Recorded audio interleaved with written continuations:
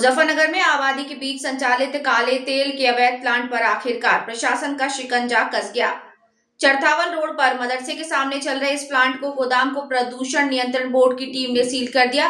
खास बात यह रही कि यहां 2 बार भीषण आग लग चुकी है, लेकिन इसके बावजूद संचालन जारी रहा।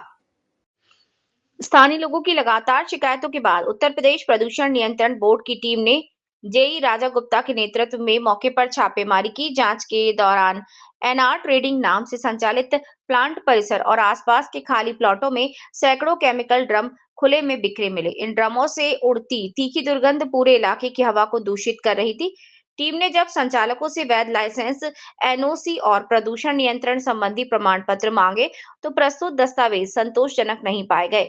मौके पर ज्वलनशील पदार्थों का ढेर और सुरक्षा मानकों की अनदेखी ने अधिकारियों को हैरान कर दिया। करीब 2 महीने पहले इसी प्लांट में भीषण आग लगी थी। उस दौरान घंटों तक काला धुआं आसमान में छाया रहा और आसपास के लोग सांस और आंखों में जलन की शिकायत लेकर अस्पताल पहुंचे। इसके बावजूद प्लांट में सुरक्षा व्यवस्था मजबूत करने के बजाय संचालन जारी रखा।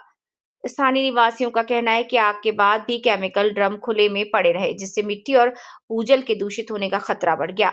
लोगों ने बच्चों और बुजुर्गों के स्वास्थ्य पर पड़ रहे असर को लेकर चिंता जताई।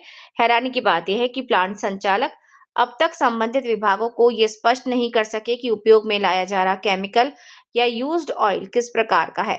अग्निशमन विभाग द्वारा भी नोटिस जारी कर विवरण मांगा गया, लेकिन संतोषजनक जवाब नहीं मिला। प्रबंधन का दावा है कि खराब तेल को शुद्ध कर फैक्ट्रियों में ईंधन के रूप में सप्लाई किया जाता है और शेष वेस्ट ईंट भट्टों को भेजा जाता है, मगर बिना वैध अनुमति और वैज्ञानिक परीक्षण के ये दावा सवालों के घेरे में है। जेई राजा गुप्ता ने प्लांट और गोदाम को तत्काल प्रभाव से सील कर सख्त चेतावनी दी कि भविष्य में किसी भी प्रकार का उल्लंघन पाया तो कठोर कानूनी कार्यवाही की जाएगी। इलाके के लोगों में प्रशासन की इस कार्यवाही का स्वागत हुआ और उम्मीद जताई कि अब उन्हें जहरीली हवा और संभावित हादसों के साए में नहीं जीना पड़ेगा। गोरखपुर के यहाँ पे पीछे एक वॉलीबॉल ग्राउंड है, वहाँ पे मैं डेली आके मतलब वॉलीबॉल खेल रहा हूँ करीब 6-7 साल से। एक्चुअली में जब हम यहाँ पे शाम को डेली आते हैं ना, तो यहाँ पे इतना गंदी मतलब बदबू कह ले, कुछ ही कह सकते हो आप, सांस लेने में बड़ी तकलीफ होती है यहाँ पे। और 3-4 साल से मतलब यही समस्या है, बहुत कम बच्चे आने लगे खेलने। अब बिल्कुल प्लेग्राउंड खाली पड़ा है, कुछ नहीं है यहाँ पे। कई बार आग भी लग चुकी है यहाँ पे। आग तो परमानेंट है, मतलब यहाँ पे कई बार गया है। बीमारी भी फैल रही है। बीमारी के यहाँ पे पानी पी के देख लो आप, पानी बिल्कुल गंदा है एकदम। अभी जो है प्रदूषण विभाग ने कार्रवाई का मतलब साफ सफाई हो, सबस तो मतलब हर कोई, हम के हमारा प्ले ग्राउंड बिल्कुल खाली पड़ा है यहाँ पे। क्या ऐसे लोगों के खिलाफ मुकदमा दर्ज होना चाहिए? मुकदमा करो, आप कुछ ही करो, बिल्कुल साफ करो।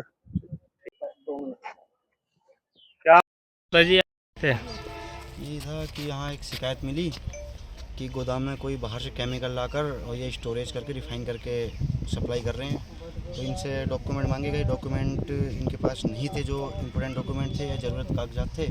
तो उसके बिहाफ में इनकी जो रिफाइनिंग का प्रोसेस होता है उसकी कन्वेयर बेल्ट को सील कर दिया गया है, बाकी इसको ना चलने के निर्देश दिए गए हैं। 2-3 गोदाम बने हुए हैं, दूर दूर तक ड्रम ही ड्रम नजर आ रहे हैं। यहाँ बाहर भी किस तरह की कार्रवाई कर रहे हैं? सील कर दिया है और आगे का संचालन ना करे, इसलिए इसको निर्देश दे दिया है। सामने मदरसा भी है, वहाँ सैकड़ों बच्चे पढ़ रहे हैं। हाँ, तो इसको यहाँ से हटाने के लिए बोल दिया है। हटेगा यहाँ से, चलेगा नहीं यहाँ से, हाँ, उसको बोल दिया है कि निर्देश दे दिए कि यहाँ से हटाओ, उसके यहाँ से संचालन नहीं हो सकता। 2 बार आग भी लग चुकी है यहाँ पे। हाँ, ये तो शायद लगी है। हाँ, ये तो मेरे संज्ञान में नहीं है मुझे। लेकिन ये कम से कम भी 1.5-2 किलोमीटर में सारे में ड्रम फैलाए हुए हैं। केवल सीलिंग की कार्रवाई काफी है आपके हिसाब से? तो अब तो ये ना सील कर दिया है, अब ये ड्रम ये हटाए, यहाँ से इसको निर्देश दे दिए, यहाँ से हटाए, जो भी करे यहाँ से ले जाए, बस यहाँ से अगर नहीं करते फ्यूचर में इनकेस तो अगली कार्रवाई होगी इसके बाद।